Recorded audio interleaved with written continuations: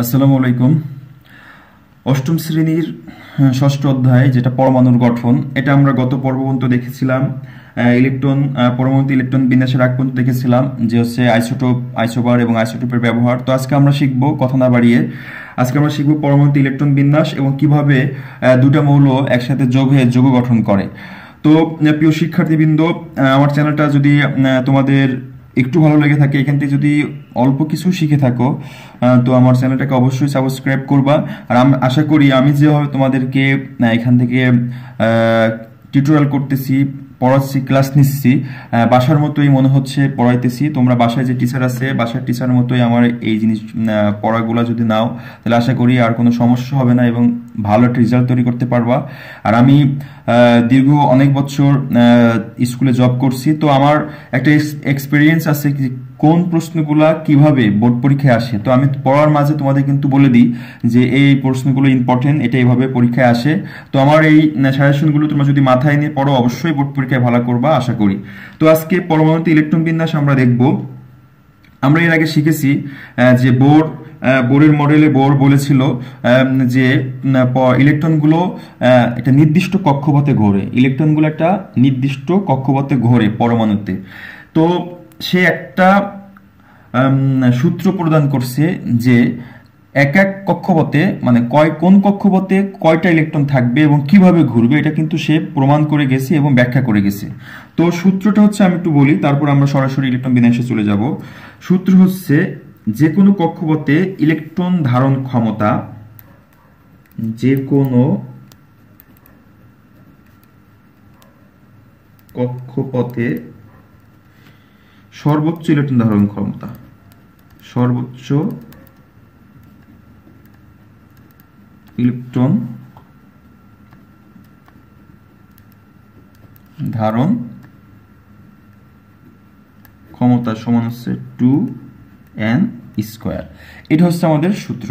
এই সূত্রটা মনে রাখলে আমরা যে কোনো কক্ষপথে মানে কয়টা ইলেকট্রন থাকলো, কিভাবে ইলেকট্রন বিন্যাস করতে হয়, এটা কিন্তু আমরা সহজে মনে রাখতে পারবো।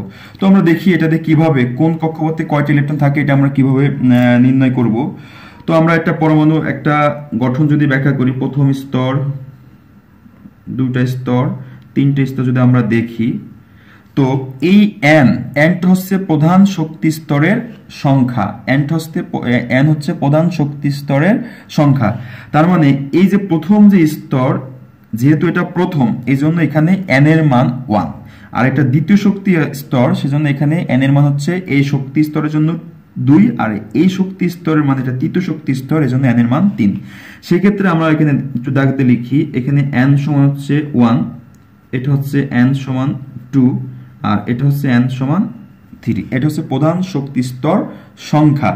তো আমাদের যে কোনো কক্ষপথে সর্বোচ্চ ইলেকট্রন ধারণ ক্ষমতার সূত্র আমরা পেলাম 2n²। সেই ক্ষেত্রে আমাদের n এর মানটা জানতে হবে, nটা আসলে কি। nটা হচ্ছে প্রধান শক্তি স্তর সংখ্যা, nটা হচ্ছে প্রধান শক্তি স্তর সংখ্যা। তো আমরা এখন দেখব এই প্রধান শক্তি স্তরে কয়টা ইলেকট্রন থাকে। আমাদের সূত্র হচ্ছে 2n²। প্রথম যে শক্তি স্তর, প্রথম শক্তি স্তর সমান আমাদের 2 ইন্টু n এর মান হচ্ছে 1, তার উপর আছে স্কোয়ার, তাহলে হচ্ছে 2 আর 1 এর উপর স্কোয়ার দিলে 1, মানে 2 1 কে 2। তো প্রথম শক্তি স্তরে আমাদের ইলেকট্রন থাকতে পারে হচ্ছে 2টি। প্রথম শক্তি স্তরে ইলেকট্রন থাকতে পারে 2টি। একই রকম ভাবে যদি আমরা দ্বিতীয় শক্তি স্তর দেখি, দ্বিতীয় শক্তি স্তর, সেক্ষেত্রে সূত্র হচ্ছে 2n², n এর মান হচ্ছে 2, তার মানে হচ্ছে 2 এর উপরে স্কোয়ার, তাহলে আমাদের থাকতেছে হচ্ছে 2 আর 2 এ 2 এ 4, তার মানে হচ্ছে 8। তাহলে দ্বিতীয় শক্তি স্তরে আমাদের ইলেকট্রন থাকতে পারে হচ্ছে 8টি। এটা হচ্ছে ইলেকট্রন থাকতে পারে তৃতীয় শক্তি স্তরে 8টি।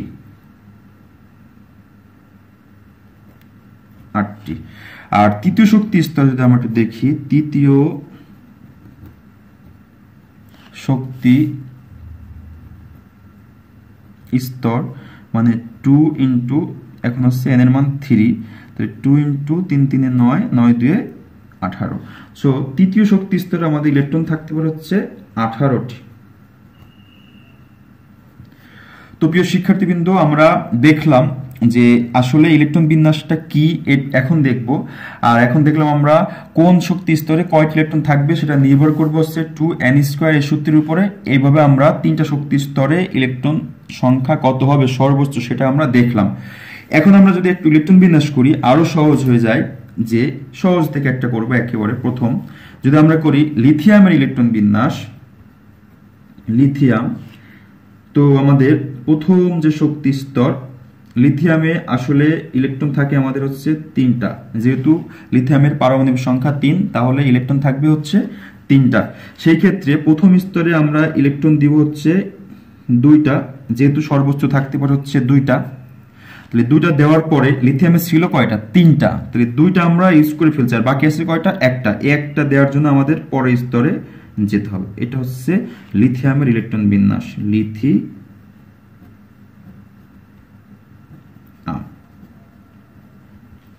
প্রিয় শিক্ষার্থীবৃন্দ, আমি আরো কয়েকটা ইলেকট্রন বিন্যাস করে দেখাবো। যে এখন যদি আমরা সোডিয়াম ইলেকট্রন বিন্যাস করি, সোডিয়াম মানে হচ্ছে Na, সোডিয়ামের ইলেকট্রন সংখ্যা হচ্ছে 11। তো আমরা দেখি প্রথম স্তর আছে আমাদের 2টা। তো 11 থেকে 2 আমরা দিয়ে ইউজ করে ফেলছি, 2টা ইলেকট্রন ব্যবহার হচ্ছে প্রথম স্তরে। তাহলে আমাদের এখনো থাকতেছে হচ্ছে 9টা। তো আমাদের 9টা দিতে হলে পরের স্তরে যাব। পরের স্তরে আমাদের ইলেকট্রন থাকতে পারে কয়টা? 8টা। তো আমরা 8টা ইলেকট্রন দিয়ে দিলাম। তাহলে 8 আর 2 10টা গেল। তাহলে 11 হইতে কিন্তু এখনো একটা ইলেকট্রন আমাদের প্রয়োজন। তো আমরা একটা ইলেকট্রন আমরা প্রথম লাস্টে যে তৃতীয় স্তর, এখানে একটা ইলেকট্রন থাকবে শুধু। একেবারে সহজ। আমরা প্রথম থেকে স্তরগুলো পূর্ণ করতে করতে যাব, লাস্টে যেটা থাকবে সেটা পরের স্তরে দিয়ে দিব। তবে আমাদের মনে রাখতে হবে কোন কক্ষপথে কয়টা ইলেকট্রন থাকে। আমরা আরেকটা ইলেকট্রন বিন্যাস দেখব, সেটা হচ্ছে 14 সিলিকন HI। তাহলে HI 14 আমরা যদি প্রথম স্তরে দিই 2টা, পরের স্তরে দিব 8টা, তাহলে যাবে আমাদের হচ্ছে কয়টা? 10টা। তাহলে থাকে আমাদের 4টা, পরের স্তরে দিব আমরা হচ্ছে 4টা। এটা হচ্ছে সিলিকন, আর এটা হচ্ছে সোডিয়াম।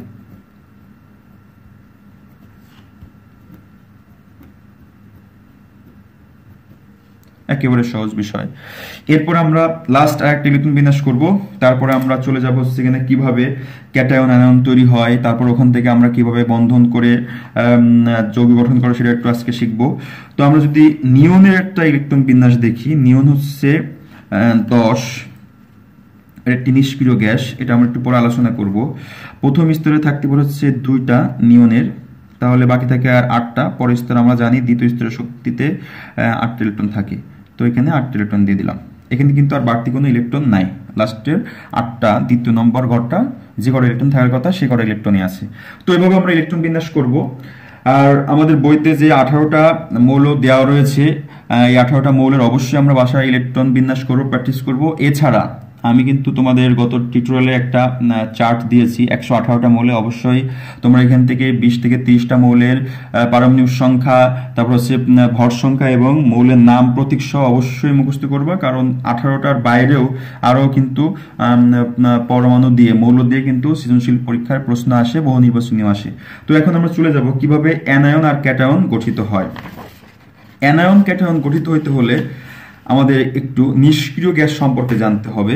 118টা মৌলের ভিতরে কয়েকটি গ্যাস আছে, 7টা গ্যাস আছে, যে 7টা মৌল স্বাভাবিকভাবে রাসায়নিকভাবে নিষ্ক্রিয়। মানে হচ্ছে তারা কোনো বিক্রিয়ায় অংশগ্রহণ করতে চায় না, ইলেকট্রন ছাড়েও না, ইলেকট্রন বর্জনও করে না, ইলেকট্রন গ্রহণও করে না, সেই ক্ষেত্রে তারা নিষ্ক্রিয়।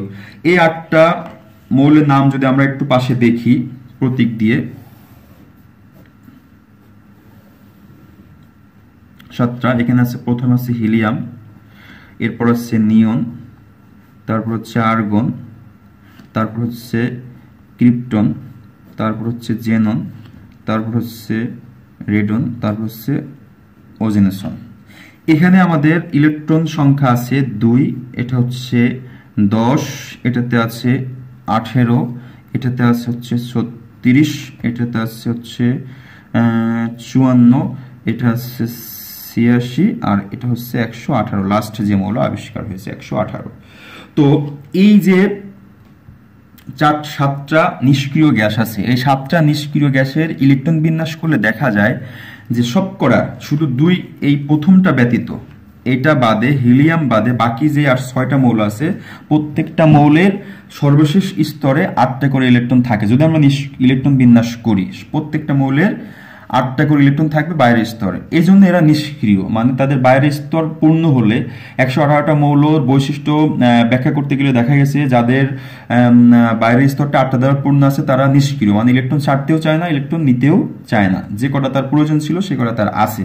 তো বাকি সব কটা মৌল এভাবে ইলেকট্রন ছেড়ে অথবা ইলেকট্রন গ্রহণ করে তাদের বাইরের স্তরে এরকম ইলেকট্রন বিন্যাস করতে চায়, মানে 8টা পূর্ণ করতে চায়, যার কারণে কেউ ইলেকট্রন ছাড়ে, কেউ ইলেকট্রন গ্রহণ করে।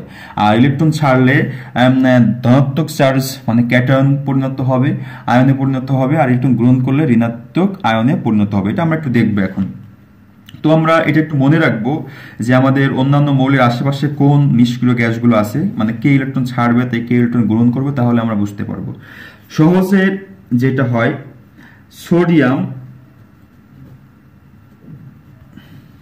সোডিয়ামের প্রোটন সংখ্যা আছে 11, আবার সোডিয়ামের ইলেকট্রন সংখ্যাও কিন্তু 11, কারণ আমরা জানি স্বাভাবিক অবস্থায় যে কোনো মৌলের প্রোটন সংখ্যা আর ইলেকট্রন সংখ্যা সমান। তো এখন যদি আমরা সোডিয়ামের ইলেকট্রন বিন্যাসটা করি, একটু দেখি। সোডিয়ামের প্রথম স্তরে থাকতে পারে, আমরা দেখে আসলাম একটু আগে, 2টা, পরের স্তরে থাকতে পারে হচ্ছে 8টা, তাহলে আমাদের যাবে হচ্ছে 10টা, আর বাকি থাকবে একটা, সেক্ষেত্রে আমরা বাকি একটা দিয়ে দিব। তো প্রিয় শিক্ষার্থীবৃন্দ দেখো, সোডিয়ামের ইলেকট্রন আছে হচ্ছে 11টা, আর 11-র আশেপাশে নিষ্ক্রিয় গ্যাস আছে হচ্ছে নিয়ন। 11-র আশেপাশে নিষ্ক্রিয় গ্যাস আছে নিয়ন কত? 10। তাহলে সোডিয়াম যদি একটা ইলেকট্রন ছেড়ে দেয়, সোডিয়াম যদি এখান থেকে একটা ইলেকট্রন ছেড়ে দেয়, তাহলে তার বাইরের স্তরে ইলেকট্রন থাকবে কয়টা?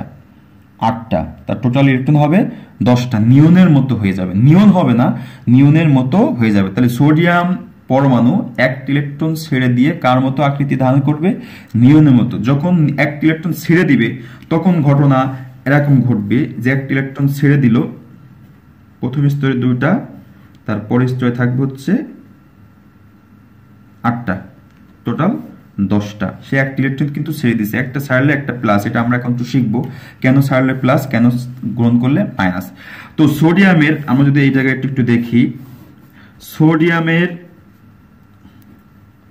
সোডিয়ামের ক্ষেত্রে প্রোটন ছিল হচ্ছে +11টা, কারণ আমরা জানি সোডিয়ামের চার্জ, প্রোটনের চার্জ হচ্ছে ধনাত্মক। যেহেতু প্রোটন সংখ্যা 11টা, তাহলে প্রোটন আছে +11টা, আর ইলেকট্রনকে ই দ্বারা প্রকাশ করা হয়, ই আছে -11টা।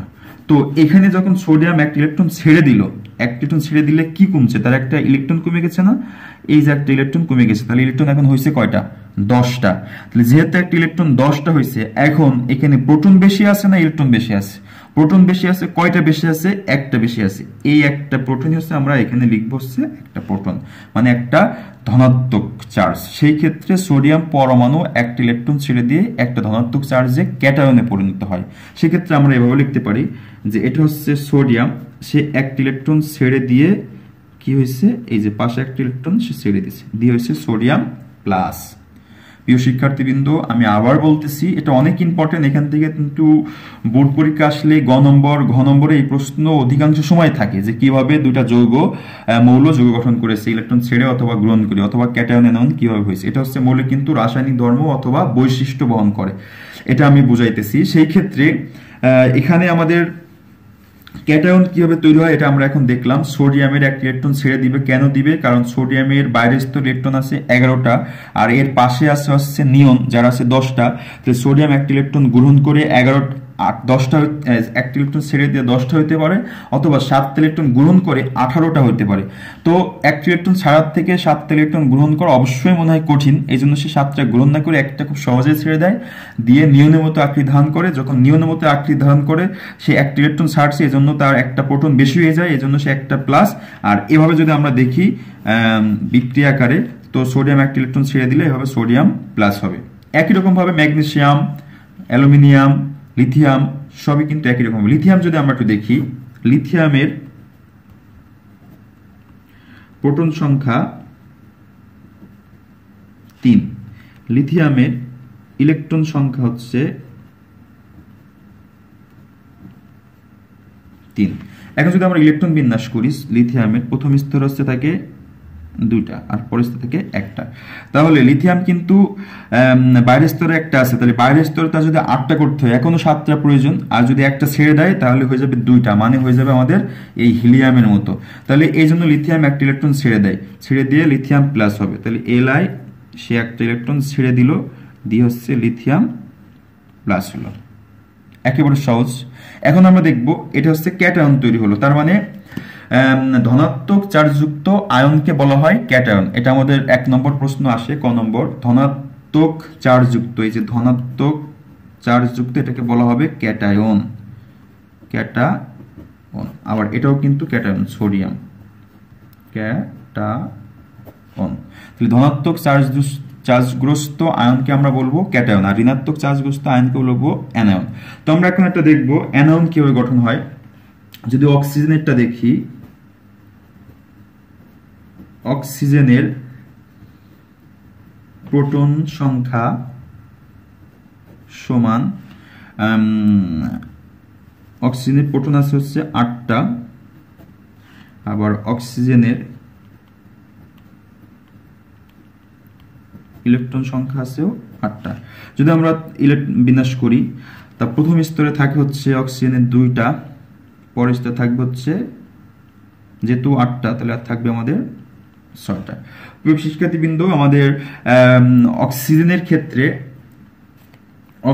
ক্ষেত্রে প্রথম স্তরে 2টা আর পরের স্তরে 6টা দিলাম, টোটাল 8টা। সেই ক্ষেত্রে বাইরের স্তরে যেহেতু 6টা আছে, তার 6টা ছেড়ে দিতে হবে, না হলে 2টা গ্রহণ করতে হবে। 6টা ছেড়ে দিলে আমাদের বাইরের স্তর হবে 2টা, আর 2টা গ্রহণ করলে আর হবে আমাদের 8টা।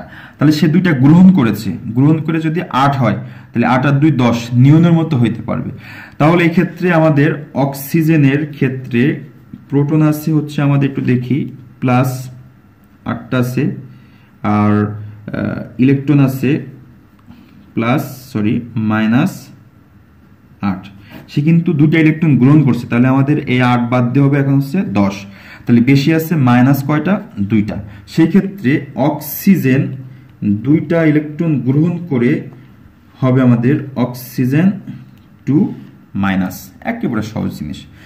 2টা ইলেকট্রন আগে ছাড়ছিল, এজন্য ক্যাটায়ন, একটা ইলেকট্রন ছাড়ছিল সোডিয়াম, এটা হয়েছিল ক্যাটায়ন, আর এখানে অক্সিজেন 2টা ইলেকট্রন গ্রহণ করছে, এটা হচ্ছে অক্সিজেন অ্যানায়ন। তার মানে এটা হচ্ছে অক্সিজেনের অ্যানায়ন। আমরা অ্যানায়ন দিয়ে আরেকটা দেখব, ক্লোরিনেরটা। ক্লোরিনটা অনেক পরিচিত, এটা পরীক্ষায় আসে মাঝে মাঝে। তা ক্লোরিনের পারমাণবিক সংখ্যা আমরা জানি 17। ক্লোরিনের পারমাণবিক সংখ্যা 17। ক্লোরিনের পারমাণবিক সংখ্যা মানে প্রোটন সংখ্যা 17, আবার ইলেকট্রন সংখ্যাও 17। তো আমরা ইলেকট্রন বিন্যাস করলে প্রথম স্তরে আছে হচ্ছে 2টা, পরের স্তরে থাকবে হচ্ছে 8টা, তাহলে গেল হচ্ছে কত? 8 আর 2 10, এখনো বাকি আছে আমাদের 7টা, তাহলে পরের স্তরে আমরা 7টা দিয়ে দেবো। 2টা 6টা 7টা। প্রিয় শিক্ষার্থীবৃন্দ, দেখো বাইরের স্তরে আমাদের 7টা আছে, হয় 7টা ছেড়ে দিতে হবে, নাহলে একটা গ্রহণ করতে হবে। সেক্ষেত্রে একটা গ্রহণ করা কিন্তু একেবারে সহজ। সে কি করবে? একটা ইলেকট্রন গ্রহণ করবে, গ্রহণ করলে হয়ে যাবে আমাদের বাইরের স্তরের 8টা। তো একই রকম এখানে যদি আমরা ক্লোরিনের ক্ষেত্রে দেখি, ক্লোরিনের প্লাস আছে, প্রোটন আছে হচ্ছে 17টা, আর ইলেকট্রন আছে -17টা।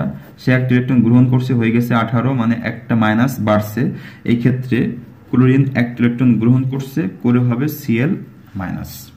এটা হচ্ছে আমাদের অ্যানায়ন আর ক্যাটায়ন তৈরি করার পদ্ধতি। এটা হচ্ছে এখন অ্যানায়ন। এখন আমরা দেখব এই অ্যানায়ন আর ক্যাটায়ন থেকে কিভাবে একটা যৌগ গঠন করে। যেমন আমরা যে খাবার লবণটা বাসায় খাই, এর নাম তোমরা অবশ্যই সবাই জানো, সোডিয়াম ক্লোরাইড। NaCl। এই NaCl কিন্তু সোডিয়াম আর ক্লোরিন আলাদা থাকে, আলাদা থেকে আমরা সোডিয়াম একটা ইলেকট্রন ছাড়ে, ক্লোরিন একটা ইলেকট্রন গ্রহণ করে একটা যৌগ গঠন করে, যে যৌগটা আমরা খাবার লবণ হিসেবে খাই। এটা একটু আমরা দেখব যে সোডিয়াম আর ক্লোরিন কিভাবে যৌগ গঠন করে। তো আমরা সোডিয়াম কিন্তু দেখছি, ক্লোরিন দেখছি। সোডিয়াম একটা ইলেকট্রন ছেড়ে দিয়ে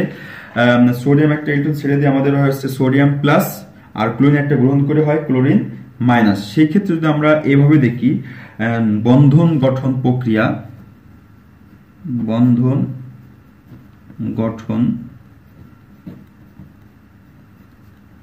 প্রক্রিয়াটা যদি দেখি এরকম হয় যে সোডিয়াম